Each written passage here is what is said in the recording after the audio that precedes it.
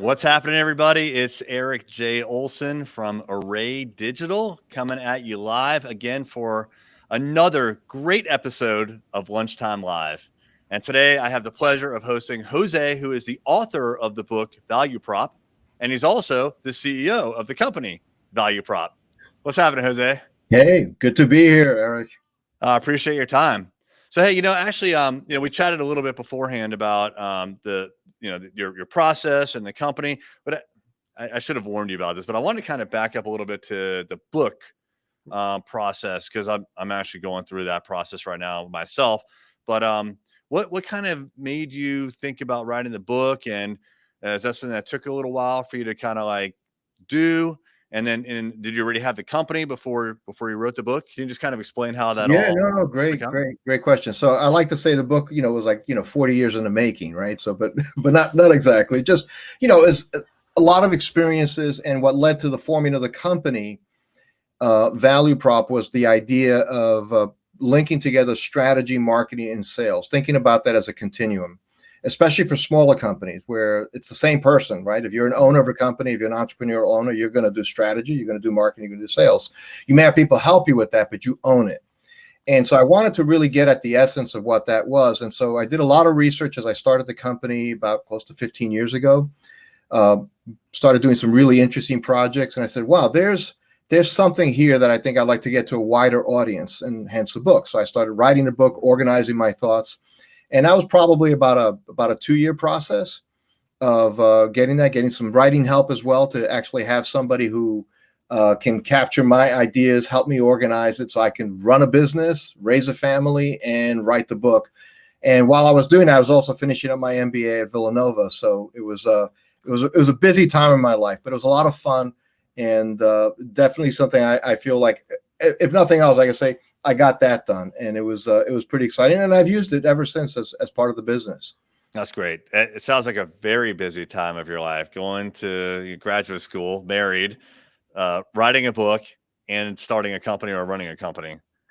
Yeah, well, it's funny because you think, and people have gone through it, they think, okay, what am I going to do when I finish one of these? You're going to have all this time. But it's funny how activity will just expand to occupy whatever time you have. It's just a natural order thing. So we're all busy, and we continue to stay busy, which is good. So yeah, but busy with something to show at the end of it is very important, right? Like the book.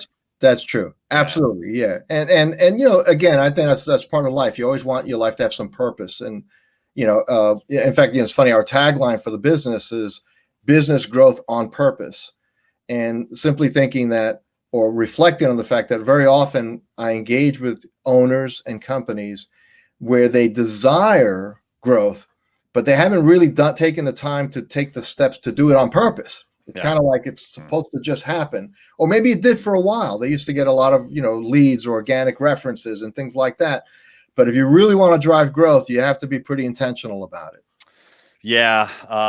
I came to that realization at the end of 2020, where we had set a very aggressive growth goal for ourselves at the tail end of 2019. And, we just kept kind of missing the mark. And before we knew it, we were way off the mark. And I also realized that I just hadn't put enough emphasis into what we were going to do to enable that change. So it's very, very easy to set a goal, but in order to actually achieve it, you have to take some action. It's just not going to happen organically. Oh, absolutely. Yeah. I mean, look, every now and then, anybody who's been in business for any length of time, you get that, serendipity comes in and the phone rings, and it happens to be somebody remembers you from 10 years ago, and it turns into a great opportunity. But like they say, hope is not a strategy. So that's not a strategy. That's right. Like, okay, that's fortuitous, but it's not strategic growth. Yep. So we have a couple of comments.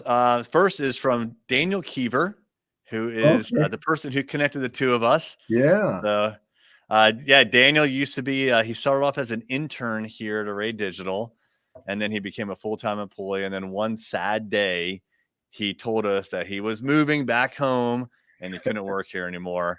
And frankly, this was way before COVID, and way before the period of time where we were very, very comfortable hiring people that were not here, working locally in this office. I wish I would have kept him. Yeah, Good he's guy. great. So he's doing some work for No, you now. right. Your loss, my gain is how I'm it kind of telling you. works out. So it's all good. Great guy. Thanks a lot, Daniel. I appreciate it. And then we've got a comment here from Tim. Hey, bud. Good to see you too. Thanks for joining in. So for everyone who is watching right now, if you have any questions at all about anything that we're talking about or the book value prop or any of the content that comes up, feel free to just comment on whatever platform that you're watching, and I will see it here and we can bring it on screen, just like Daniel's comment here, a reunion tour. That sounds fantastic. I love the idea.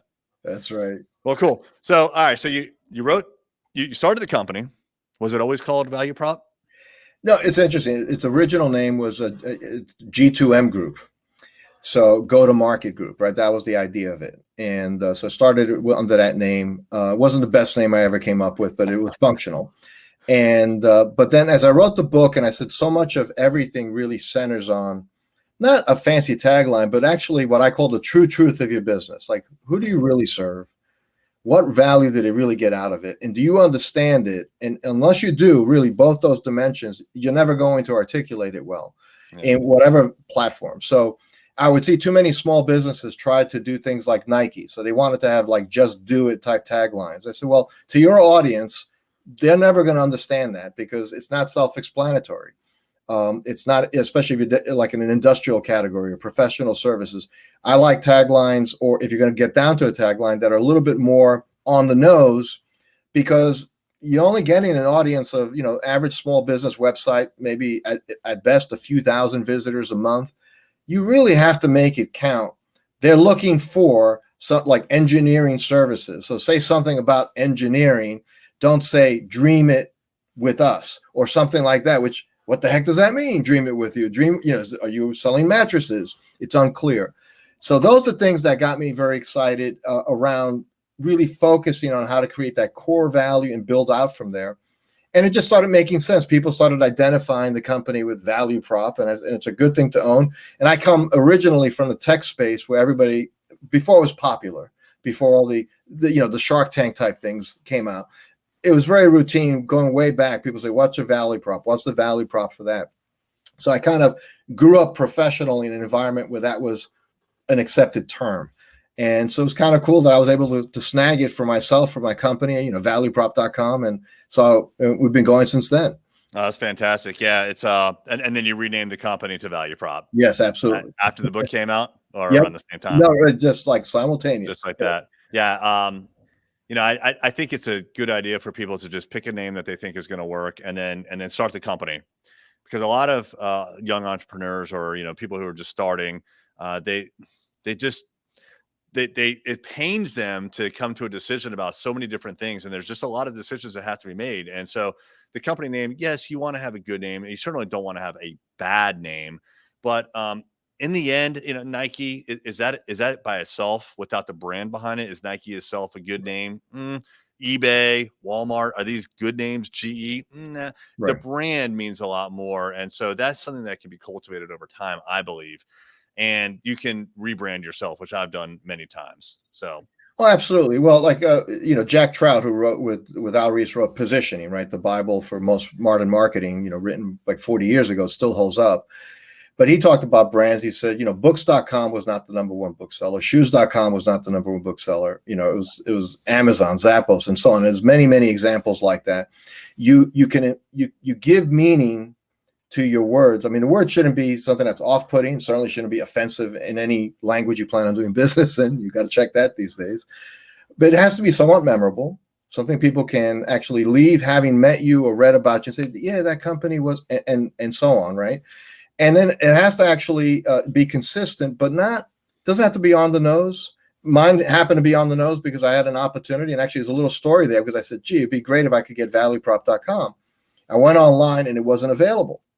It was taken, but it wasn't being used.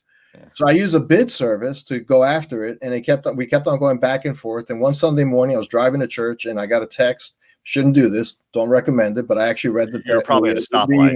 Yeah, I was at a stoplight. That's what it was. Yeah. And they said they took my bid, and it was like $500. And I said, done.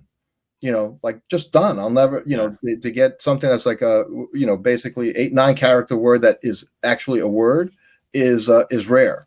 And so that's that story there. No, that's really cool. I'm just curious. Did you go through GoDaddy for that? Because I know Yeah, I did. Domain buy. I've used it a few times pretty successfully. It doesn't always work. But if you approach somebody, I just wrote a book called Value Prop, and I want the domain valueprop.com. I'm not getting it for $500 No, at that point. No. Yeah, so, exactly. Yeah, and it's really best to like have someone else contact them if you can. Absolutely. Not a lawyer, right? It's just exactly.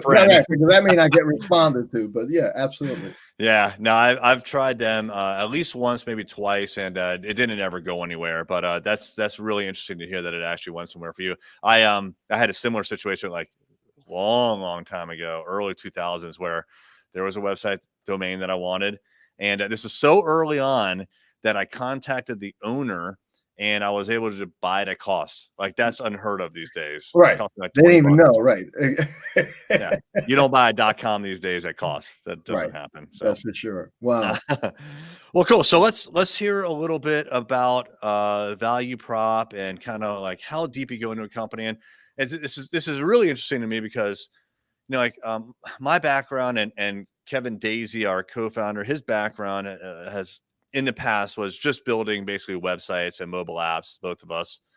And we both saw that we would deliver a product to a client who wanted to start a business.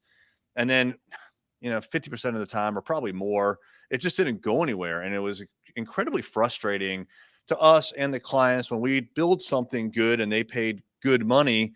And then they just didn't do anything after that. They thought if you build it, they will come, and people didn't come. So that's kind of how we tiptoed into marketing. And then we did a little bit more of it. And now that's all we do is digital marketing. But I know that there's a lot more to running a business because I'm running this business here. It's not just marketing. And marketing to me seems like one slice of the pie. Is that kind of how you see? Yeah. So the work we do is we look at a business, any business, big or small. It's essentially a system. If you think about it that way, right? So a business in totality is a system, it has all these moving parts, right? I'm not saying people are mere cogs. I'm just saying, but it's a system. It's a machine. And ideally the machine produces revenue and profits, right? Yeah. And if it ceases to do that, eventually the machine gets retired. It doesn't function anymore. So once you think of it that way, like a system, you realize, okay, having a great website is part of that system. Having content strategies, having SEO, that's all great. But what if those leads come into an incompetent salesperson or somebody who isn't really up to speed on what you're selling today, or somebody who doesn't really follow a sales process? So they're having all these conversations and you say, well, we're having 10 conversations a week on product X, but we're not having them very effective, right? So that's not what you want. So when you look at it as a system, what we do is we help you diagnose as a company what are all the moving parts that make up your system that actually allow, if you visualize it like a pipe, allow opportunities to come in one side, go through the pipe, and come out the other side as profitable revenue. So what else can stop that? And we call those constraints. So we help you diagnose what those constraints are, and then we have certain processes to blow those things up. It's sales process. Marketing process, we don't do digital marketing, but we might say, gee, it's really time you hire yourself a digital marketing firm because that intern you thought was doing a great job for you can't design for squat, and you're turning people away because your site just doesn't look like you're as good as your company is. So those are the things that we help companies see, and we work exclusively with business owners. So we don't work with the VP of marketing, we don't work with the VP of sales. We'll support them, but we only face off directly with the owner. We want the owner to be in our program. And historically, we would do that as a classic consulting, like I'd be a virtual chief marketing officer. And I still have some of those relationships. And that by nature is going to be pricier for some companies. So we designed the revenue throughput system, which is on our site at valueprop.com. It's the system. And it allows somebody to sign up on a monthly basis and kind of get into this process. It's not do it yourself. It's kind of like guided DIY. We're helping you along the way to make these changes. We'll help you diagnose it. We help you figure out what to do next. And then we help you actually implement the kind of permanent changes that makes your system more productive. And Right. that's basically what we do. And that's the heart of what our program is right now. And what we primarily focus on is the revenue throughput system. Excellent. So you said it's kind of like DIY, but with hand holding. Does that mean maybe like monthly calls or something like that? Yeah. So there's 10 key process. Well, there's an initial diagnostic. So we'll do that one-on-one. I'll actually be on a call with somebody. We work through an app that we have that helps you diagnose your business. So we can identify what we call like the constraints, what's getting in your way. And it may not be obvious. I love to do that with a leadership team if there's more than one owner or an owner with some key trusted senior leadership. Because what's funny about that is the owner may have one perspective on how good things are. You really want to get those other votes in the room in that discussion. That's very rich, very powerful. So we end up with a consensus. This is what we're starting with. And then over probably, it could be 6 months, a year, you start implementing some key processes that are probably missing. And that you would join a session online, live. We'd walk you through it, give you the worksheets, all the stuff you need. And then we do follow-up one-on-one coaching. So there's really a lot of personal contact, but all the cognitive stuff, like the material you have to work through, we make that very easy in bite-sized chunks. So we've been asked, why can't we do this all in 60 days? I said, because you have a business to run. And, it's very hard to do everything in 60 days. We will focus on the critical path. What is impacting you most negatively right now? That's what we should work on first. So we help you prioritize that. That alone is very valuable to know what to work on first. And then from there, we just try to affect one major process change a month that you can absorb, digest, and make it part of your rhythm and your cadence. And that's how we work with clients. That's really smart. It kind of reminds me of when people want to lose weight. You shouldn't lose weight too rapidly because it's not sustainable and the weight comes back on. And the rule of thumb I think is something like 1 pound per month, or maybe 1 pound per week. But basically, it's slow, right? Right. And so slow, deliberate change, and it may take longer than you want, but it's going to work, right? So I like the idea. And it changes lifestyle, right? Like you start using that exact example. Yes, you can do cabbage soup diet for about 45 days before you get tired, never want to see cabbage again. Like a 500 calorie diet, and you'll lose a ton of weight and it'll come right back on. That's what happens there. Same exact thing. Quick fix. You have owners that are buying leads. Let me buy some email leads. We'll do an email push and campaign. And those things, they may work a little bit at times, but that's not how it's done. And even I'm sure the marketing programs you put together are like systemic, long-term things that are anchors that can work for a business for a long period of time. We'll just look at all the other aspects of the business that might also be undermining a great digital marketing campaign. Yeah. Like, do you have what it takes to do it? I've had customers literally tell me that, we were getting marketing, all those other pieces were coming together, but they had a fundamental problem actually delivering on time what they made for clients. I said, what do you, by problem, what do you mean? You're a day late, a day too? He said, no, we're 30, 40, 60 days late at times. I said, well, with all due respect, as much as we want to do this other marketing stuff and it's really exciting because everybody gets excited. You get new logos, new designs. It's all kind of cool and sexy and fun. I said, but you got to fix this production issue, because if that's successful and you get twice the number of opportunities coming your way and you can't handle properly what you have now, you're just going to have a disaster and your reputation is going to be in tatters. And you forget about, you're going to have to rebrand and maybe like wear masks. I mean, it's not, of the hiding who you are category. So no, you're absolutely right. There's been several times where clients have come to us and they're like, hey, we're just not getting the new business that we expect from you guys. And so we'll dig into it. And a lot of times what will be happening is leads will be coming in. We'll see them coming in through like chat or form submissions. But we also see that they're not being responded to. And it's like, look, you guys are like, hey, I don't know what to tell you, like we're generating leads, but if your people don't even respond after a week, they need to be responding like, as instantly as possible. But if it's taking you guys more than a week to respond or not at all, forget it. Of course you're not getting business. Well, I'll tell you, Eric, this is a pre-COVID example and may one day be again in the future, but it's trade shows. Right. So a lot of companies, especially in industrial categories, they feel they need to go to trade shows. Your average 10 by 10 at a Vegas show is you're going to drop 50K soup to nuts at least to just show up. Right. And mind you, in a big enough show, you're in the you're in the corner booth near the men's room. That's pretty much where they put you. For 50 grand. Yeah. For 50 grand. And I've dealt with this often, and I would say, okay, so what's the pre-show plan? Show me that. They said, what do you mean? I said, what do you mean? What do you mean? It's like, well, you don't have a pre-show. I said, are you reaching out to folks? Because trade shows can be powerful in that many of the people you want to speak to probably will be in the same geographic location for 72 hours, but they don't know you want to talk to them unless you let them know, hey, are you going to be there, and make it purposeful? That's one. And I said, what's your post-show plan? Do you have your thank you notes, your sequences figured out, any of that? He says, what do you mean? And again, what do you mean? What do you mean? I said, because what happens typically, especially smaller companies, maybe like an entrepreneurial sized company, is 5 guys and gals, and they go to a trade show, they think that's great. They come back exhausted.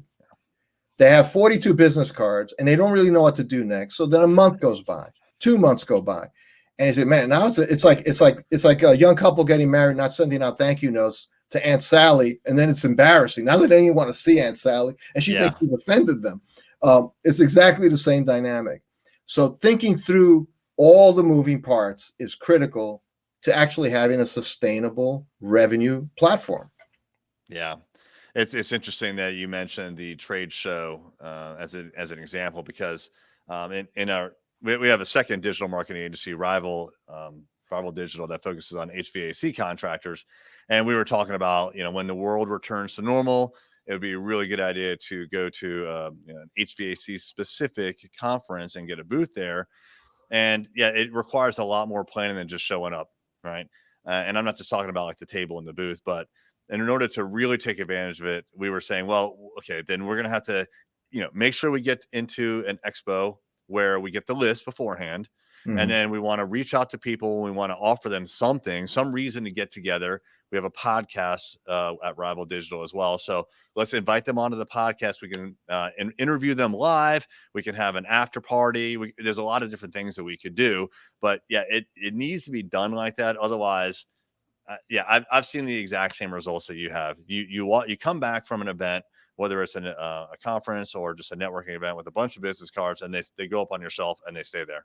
Someday they go into the someday folder. Yeah, and at best you may reach out on LinkedIn. A lot of people they send a connection request on LinkedIn, and then that's it. They're done. They're done. It's not enough. So right, absolutely. Yeah, a lot more planning is required. So that's okay. So that's really interesting. Before I got a question about that, but I had mentioned Kevin Daisy, our co-founder here at Array Digital and at Rival Digital, and I mentioned beforehand that Kevin knew someone that Yep, absolutely. Yeah, I guess it's Jason Blevins. Yeah, we did a training program for a company Jason was at. He was one of their top performers there, and we did probably for about a year, really some pretty important work there on sales excellence and stuff. So hello to Jason as well when you get back to him, Kevin. That'd be appreciated. Yeah, hey, Jason, if you're watching, drop a comment and we'll bring it up here. So yeah, your reputation precedes you, which is great, through Daniel and Jason, and yeah, I'm sure a lot of other people have a lot of nice things to say. I'll be one of those in the future now that we've talked. Oh, great. No, I appreciate that. So, okay, so let's say you go into a business, you interview. It sounds like the owner, the management staff. You talked about like maybe some sort of like visualization. Well, sure. How do you show what's happening in a business? Right. So there's, I talked about the pipe before, right? So think of that pipe having 8 major valves, right? So you open or close a valve, right? So that valve might be targeting. Is that open or closed? So, and there's questions we learn to ask about, like, who is the obvious, who is your target market? And usually the answer is it's this and this and this. And it basically comes down to anybody who can write us a check. And so, okay, great. I'm not saying you should turn down checks, but who is the target market? That's one valve. The next one is differentiation. How are you any different from the options that target market has? Mm-hmm. Then, of course, we look at marketing. What kind of marketing process do you have standing up for you right now? What kind of sales process? That's the fourth valve. But then we also look at leadership and risk mitigation. So, for example, if somebody were to tell us, yeah, we're proud, our biggest customer is, name a big corporate company, our biggest client is the IBM. And I said, well, how big are they? Well, it's like 60% of our revenue. And I said, well, then you're really, you're looking to get hurt really bad. You're seriously exposed. And then things like resources. Do you have the people you need to execute your grand vision plan, right? And that manifests usually when people say, I know what I have to do. I just can't get to it. So those are constraints. And in production, can you deliver on your promises? And then lastly, fulfillment's the eighth pipe, or the eighth valve in the pipe, which is, how do you take care of customers so they want to continue doing business with you? Unless you want to be a permanent transactional business, you have to look at that. So that's the high level visualization. Our app actually will break each of those valves down to 6 dimensions, and we work through with the owner, explain the dimension, say how, and give them the criteria for scoring it. So it might be 2-hour sessions where we're working with their team, but at the end, you actually get a scored starting point. This is what your revenue throughput number is. And these are the red areas that you need to work on. And then we help you prioritize, because you may have 10, 12 red areas. Well, the fact is you can't fix 10, 12 things at the same time. Yeah. I mean, you can walk and chew gum at the same time, yes, but the critical path is maybe 3 items that if you have the staff to attack. But they have the highest impact on overall fixing the main thing, making the main thing the main thing. And this process, when we've done it as consultants or through our program, has never failed to generate some real measurable results. I mean, one company was a services business. They're about 28 million a year, stuck at that level. Nice size business. Yeah. 1 year working with us, they went to 37 million and they sold the business. And that's that's, I'm not saying like that's actual mileage can vary, of course, anybody doing this. But the principles are, if you got something good to sell, if you are providing good quality, then let's get the roadblocks out of the way so that you can actually make things flow through that pipe, get more opportunities, pay it off as more revenue on the back end. Love it. This sounds close to critical chain. And I we either said critical path before, or I read it or something. Is there overlap there? Well, it's interesting. So I read Elihu Gorath's The Goal, which is the predecessor to the chain, right? So that revolutionized supply chains 30 years ago. Yeah. And my MBA program was all based on systems thinking, of which critical chain was part of that. So it's not an accident that some of this stuff has flown in, realizing that you can't just, it's like if you're changing a tire, you can't just super tighten one lug nut. You have to go around. Otherwise, the wheel's sideways. It won't go in right. So you have to work it. Somewhat tighten it, then take a look again and say, is my balance? Do it again and again. It's hard work, but you know what? The market will make that work even harder for you if you don't pay attention to it. The reality is, in other words, the market ultimately speaks the truth. What's going to happen, right? So if your customer service is poor, or customers feel that they can't get a hold of somebody, or your orders are always 10 days late, or your marketing materials are fuzzy and they're scratching their head and say, I don't understand what they do. And I can tell you how many, I'm sure you do it. You review a website and you go, I know what you do because we just spent 2 hours you telling me what you do. But if I only had your website to look at, I would have no idea what you do. Yeah. That's a problem. And it's all those things that we want to look at to get rid of those anything that closes the valve, because we want those valves wide open to maximize flow. Once you do that, it's not even about blowing up the business or starting over. It's attacking the things that are already there. Because most companies, most people hearing this podcast now, if you're in business, you went after something that you knew you could do, that you could serve a certain kind of customer well. And if you've been doing it for a couple of years, chances are you're pretty good at what you do. So, but chances are, if you're on this call, maybe you're thinking, well, gee, could we grow more? And that's what you have to look at, with some systematic framework to look at. Do we have all the bases covered? Yeah. Kevin Clark mentions you must identify your market, recognize the demand and need, and serve your markets. Amen, Kevin. That's it right there. He had another comment, which is why I was smiling just a minute ago. Which this is my favorite. I appreciate it, Kevin. Yes, these are 2 amazing hairlines right here. Thanks, Kevin. I don't know if I'm thanking you for it, but I'll be polite. That's all good. That's funny. Well, cool. Hey, I wanted to bring up your book a little bit, just for a minute, and let people know if I can click the right button here. Yeah, here we go. So it's on Amazon. Sure. Value Prop Kindle edition. It looks like I get the paperback as well, but Kindle $0. Look at that. Yeah. It's part of with Kindle authors. They put you into a program, like people as part of Prime and stuff. They get Kindle. So by all means, get the Kindle. But the paperback, it was designed really to be like an executive read, visualizing somebody flying from LaGuardia to Logan which is supposed to be 45 minutes in the air, but that could be a 4-hour flight. And you can get through it and get some core principles that you can apply right away into looking at your value proposition. So thanks for showing it on Amazon. That's where it is. And it's been my joy that it's actually helped people. No, I think it's fantastic. So yeah, if you're interested in learning more about what Jose has been talking about the last half hour, you can go to Amazon, get the book, just search for Value Prop. That's what I did. Or it sounds like they can go to valueprop.com. Is that? Yes, they can. Is there any other way to contact you? Social media, you on there a lot? Yeah, absolutely. So Value Prop at Value Prop for Twitter, and also if you search Value Prop on LinkedIn, we have a pretty advanced page there, and on Facebook as well. Awesome. Hey, Jose, is there anything else that you wanted to mention that I didn't bring up? No, first of all, it's a pleasure. Thank you for, it's always great to have somebody interested in what we do, because as entrepreneurs, and I'm sure many people who would be listening to this podcast as entrepreneurs, as creators, as business builders, it can be a lonely life at times. And I know you can relate to that, Erik, as an owner as well. And so these little moments where you can actually kind of like just put a little light on it is exciting. So I appreciate the opportunity to share a little bit about what for me is my life work, is helping business owners conquer this mountain. That's awesome. Yeah, you bet. Thanks for your time. And by the way, you just got another download from Kevin Clark. Okay. Kindle version. Great. All right. Hey, Thank take you, care. I Erik. appreciate your time. All right. Thank you.